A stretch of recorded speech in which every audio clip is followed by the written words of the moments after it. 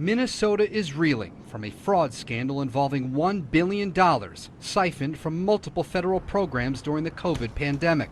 In the past 3 years, 87 people have been charged, 61 convicted, most of Somali descent. Erica MacDonald was U.S. Attorney for the District of Minnesota during the first Trump administration. What happened in Minnesota where fraud was able to run rampant that it didn't in other states? Lack of accountability, frankly. We knew that fraud occurs, and there's warning signs that come with it, and they were ignored in this case. According to investigators, the schemes involved bogus receipts and invoices for meal programs, housing assistance, and behavioral health services, charging the state millions for services that were never provided. I hear they ripped off Somalians, ripped off that state for billions of dollars. The president lashed out at Minnesota's Somali community during Tuesday's cabinet meeting at the White House, saying he doesn't want them in the country and called them garbage.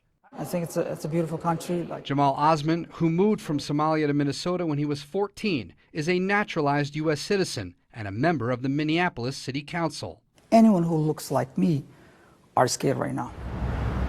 The fear comes as the Somali community here is bracing for a surge of ICE agents cracking down on migrants who've been issued final deportation orders. The president is pointing to the fraud cases in Minnesota, and we know that a majority of the suspects are of Somali descent. How is your community taking that?